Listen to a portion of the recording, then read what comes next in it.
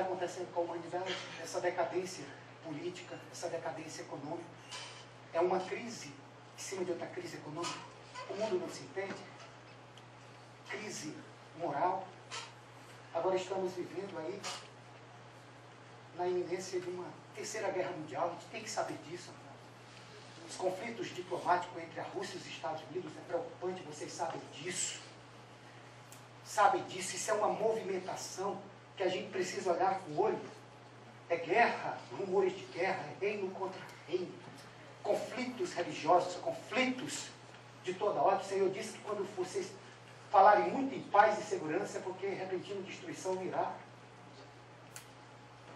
Olhe nas profecias. Mas, amados, o que está acontecendo? O homem escolheu o seu destino. Essa questão de que uns chamam de liberdade de agência, outros livre-arbítrio, não quero entrar aqui em questões de diferenças teológicas, mas uma coisa é verdade, essa questão entre a soberania de Deus e a nossa liberdade, que ela existe, e nós precisamos compreender essas duas linhas que andam juntas, a soberania de Deus com a nossa liberdade e o nosso livre-arbítrio. O homem escolheu o secularismo, tirar Deus da história. O homem escolheu o humanismo, que o homem é a medida de todas essas coisas, não é Deus. A visão do homem é antropocêntrica, não é mais teocêntrica. E pior agora, nessa visão do que nós falamos ontem da pós-modernidade, agora nem mais antropocêntrica e nem teocêntrica. E que visão o homem tem? O homem não tem mais visão de nada dele, ele perdeu a confiança em Deus e perdeu a confiança nele mesmo. E nós vamos por esse mundo que já decretou a sua autodestruição, um mundo que caiu no vazio. Estude a crítica à pós-modernidade, a partir do existencialismo de Paul Sartre, que você vai saber. O homem escolheu caminhar sem Deus. Como é que eu vou explicar isso na universidade? Que as explicações elas são a partir da ótica do método filosófico do materialismo dialético. Vai pegar dialética para estudar, seja dialética hegeliana ou dialética, principalmente a dialética marxista, para entender as contradições internas que existem na sociedade, esse movimento de transformação e as decadências que o capitalismo tem vivenciado, onde o capitalismo sai de uma fase e vai para outra, a queda do socialismo, ainda a resistência de algumas nações ainda sendo socialista, vivendo a economia mista. Como compreender isso? E o homem não consegue a resposta para acabar com a pobreza, erradicar a pobreza, o analfabetismo, resolver o problema das injustiças sociais. O que acontece? Onde é que está a explicação? Se nossa cosmovisão está dentro da palavra de Deus, nós só temos uma explicação. O homem escolheu conduzir seu destino por ele mesmo, negando a Deus. Negando a Deus. Não é isso que a filosofia existencialista faz? De quanto mais se afirma a Deus, se nega o homem. De quanto mais se afirma o homem, se nega a Deus. O homem está só afirmando o homem. Não quer saber de Deus. É muito simplismo uma história dessa, mas eu não vou negar, amados. A verdade é essa. O homem não quer saber do alcance do poder de redenção que Cristo pode dar para a humanidade. E aí, o que fazer diante desse cenário que o Brasil vive? É só vocês verem hoje o que está acontecendo nas iniciativas em termos de política de segurança no Rio de Janeiro, o que está acontecendo com as UPPs, ali naquela guerra com os traficantes. Uma guerra urbana acontecendo, as contradições no campo, o homem abandonado nas florestas, os grandes centros, é caos em termos de mobilidade urbana, é caos sociais. Nós não temos mais controle, infelizmente, com esse crescimento da prostituição, da pedofilia. Infelizmente, nós não temos mais controle. E onde é que nós vamos buscar nossa esperança? Nos socialistas? Nos neoliberais? Nós precisamos buscar os paradigmas cristãos. E aí nós precisamos restituir a nossa utopia cristã. Nós precisamos disso. Diante de todas essas crises que nós estamos enfrentando, é olhar para a cruz. E quando a gente olhar para a cruz, saber que ali alguém foi sacrificado e disse que toda a plenitude habita nele. A plenitude da paz, a plenitude da justiça, a plenitude do amor, a plenitude da prosperidade, do crescimento econômico, da sustentabilidade. Está tudo em Cristo. É por isso que Paulo, me parece que em Gálatas 4,19 vai dizer: eu sofro dores de parto para que Cristo seja formado em vós. E Cristo precisa ser formado nas aldeias, Cristo precisa ser formado nas cidades, nas vilas, na nação, porque o projeto de Deus é um projeto de nação. Deus quer fazer do Brasil uma nação ovelha, porque ainda resiste aqui, graças a Deus, a defesa do Evangelho com todos os nossos problemas. Então nós temos que restituir nossa utopia. E a partir daí, a gente entender que sociedade próspera, em que seus filhos sejam felizes, onde a corrupção não exista e todas as pessoas respeitem o que é alheio. Você sabe por que nós estamos falhando? Porque nós não temos mais utopias. É por isso que a gente não luta. A utopia, ela é como o horizonte. Ela tem uma função extremamente interessante. Se você for estudar o que é utopia é um sonho que não se realiza. Qual é então a função da utopia? É você olhar para a utopia e buscar, porque a utopia é uma coisa boa, uma coisa linda, uma coisa bonita. E você ir se aproximando dela e ela vai se afastando de você. Ela vai, você. Qual é a grande coisa desse processo? É que você não vai parar de lutar. E aí me permita aqui eu não lembro de quem é essa poesia. Há homens que lutam um dia, esses são bons. Há outros que lutam um ano, esses são melhores. E há aqueles que lutam a vida inteira, esses são os necessários, os indispensáveis. Cristão tem que ser guerreiro. Cristão não pode parar de lutar até o dia que Jesus lhe chamar ou o dia que Jesus voltar. Nós temos que estar enquadrados daqueles que lutam a vida inteira. E o que é que vai nos alimentar? É a nossa utopia. E nós temos uma utopia cristã? Claro, amados. Onde todas as crianças sejam felizes desde o ventre materno. Nós estamos numa sociedade que a criança é gerada, já vem uma pílula do dia seguinte, ou sei lá o quê, para fustigar a vida dessa criança. E se ele resiste, está lá com 3 meses ou com 4, estão lá querendo cometer atrocidade e violência, já sofre no ventre materno. O ventre materno, ele é um ambiente sagrado que é para gerar vida e não morte. E não morte. Eu sonho da gente ver uma sociedade com todas as crianças felizes, onde a corrupção não existe, onde a educação seja de qualidade e promova nos filhos dos mais pobres uma formação sólida e transformadora que seja capaz de prepará-los para o exercício pleno da sua cidadania. A educação, eu estava falando com Arley, esse batalhador, esse homem guerreiro que tem lutado nessa área da educação, de que nós estamos necessitando fazer um encontro nacional de educadores. Amém. Para tratar dessas coisas que estão querendo incutir nas nossas crianças. Amém. E eu estou falando de educadores cristãos. Amém. Preparar essa geração. Nós queremos um modelo de educação pública e privada que prepare nossos filhos para o exercício da cidadania. A escola, a educação, ela é como um lugar com muitas janelas. Cada janela é uma ciência. Quando ele estuda a geografia, é uma janela que se abre para ele compreender sua realidade. Se ele estuda biologia, é outra janela que se abre. Matemática é outra janela que se abre. A língua portuguesa, que é alicerce, que é tão importante. Que janela quando a criança aprende bem a língua portuguesa. Nós estamos precisando, aí vamos tirar a educação bíblica, que essa, além de fazer a gente compreender essa realidade da terra, nos faz compreender a realidade da eternidade. O problema da matemática fica aqui só na terra. O problema da biologia é que só fica aqui na terra. Agora, quando a gente estuda a palavra de Deus, a Bíblia, ela transcende, ela ultrapassa essa realidade natural terrena e nos coloca na dimensionalidade da eternidade e querem tirar isso da escola. Eu sonho com isso. Eu sonho no sistema único de saúde que atenda com dignidade e qualidade a todas as famílias quando precisarem. Esporte, saúde, a saúde da família, a saúde básica, a saúde de média e alta complexidade. Que aqueles que mais precisam dos hospitais públicos são os mais pobres, vocês sabem disso, os que não podem pagar um plano de saúde. Acho que o Estado, os políticos, seja governador, presidente, deputado, devem entender que o Estado tem que estar com suas políticas públicas a serviço daqueles que não têm, que menos têm. Isso é bíblico, amados. A palavra de Deus diz lá em 1 Timóteo 6, e ele dá um recadinho aos ricos. E olha que eu sou daqueles que, ricos e pobres, o céu é para os ricos e para os pobres. Vai ter pobre que vai estar no inferno e vai ter rico que vai estar no inferno. E vai ter rico que vai estar no céu e vai ter pobre que vai estar no céu. Mas ele tem uma tratativa para os ricos. Ricos, não sejam orgulhosos.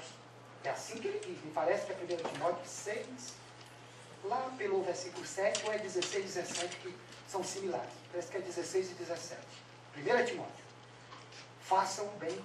Sejam generosos. Pronto para dar e repartir. Ele chama isso. Procure acumular tesouros que são da eternidade, não esses tesouros que têm ferrugem. E ele vai dizer ainda, ele vai mais longe, aqueles que querem ficar ricos, pode cair em ciladas, em tentações, em concupiscências insensatas. Está desse jeito, amados. E sabe onde é que vai terminar? Essas pessoas que é tudo por dinheiro, vão se afogar na ruína e na destruição. É por isso que muitos hoje estão na penal, muitos morreram, muitos estão hoje deprimidos, em depressão, porque quiseram ficar rico a todo custo. Deus, ele prospera, amados, a gente sabe disso. Agora tem pessoas que vivem para isso, dominado pelo dinheiro, pelo Deus Mamon. Deixa de adorar Deus para estar adorando o dinheiro. E ele vai dizer que o mal da humanidade não é o dinheiro, é o amor ao dinheiro, a obsessão ao dinheiro. E muitos que caíram nessa cilada estão aí em situação de ruína e de destruição. Isso é fundamental. Essas utopias onde o Brasil possa ser referência de paz, por que não? A gente não sonha com isso. A gente fica só vendo o diagnóstico das iniquidades, das maldades, mas a gente não profetiza para o Brasil, não ora e não ajuda. E só Jesus pode conter essa onda de violência, de chacina, de suicídio, de homicídio, de sequestro, essa onda terrível, essa guerra urbana que nós vivenciamos.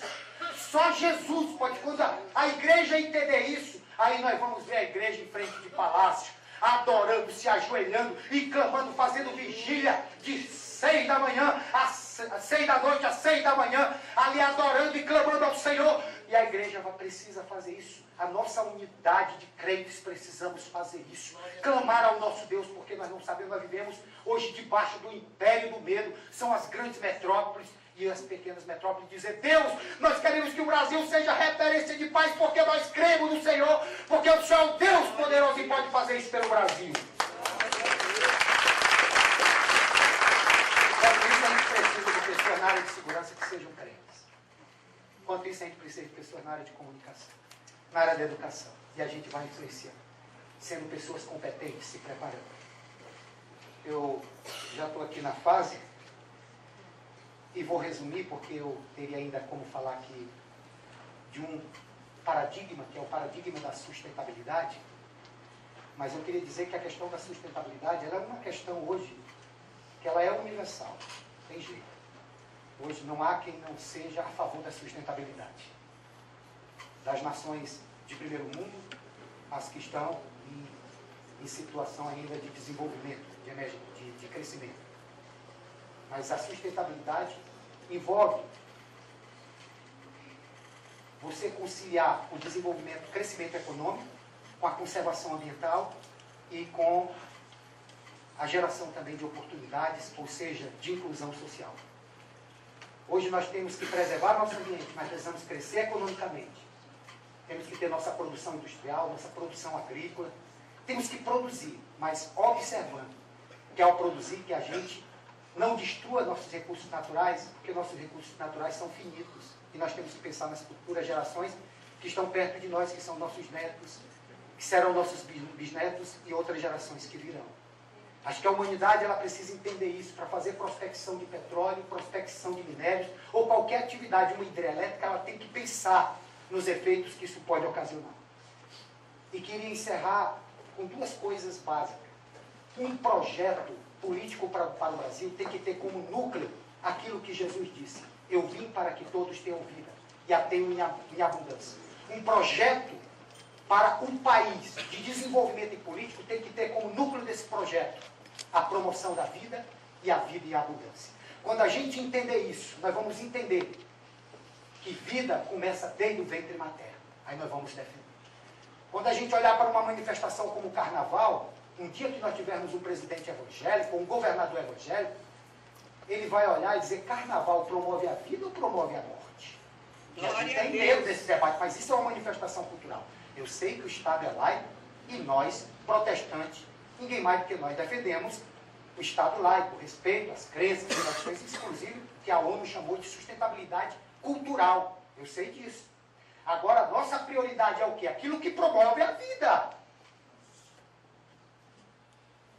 É pré-natal, é investir recursos nos ambulatórios, nos setores de emergência, na educação de qualidade, na geração de oportunidade, ou seja, na fonte geradora de renda, onde possamos incentivar a produção agrícola, a produção industrial. Isso gera vida, e a gente tendo cuidado para não gerar morte. Então não tem projeto para um governador, para um deputado, a não ser a promoção da vida e a vida em abundância.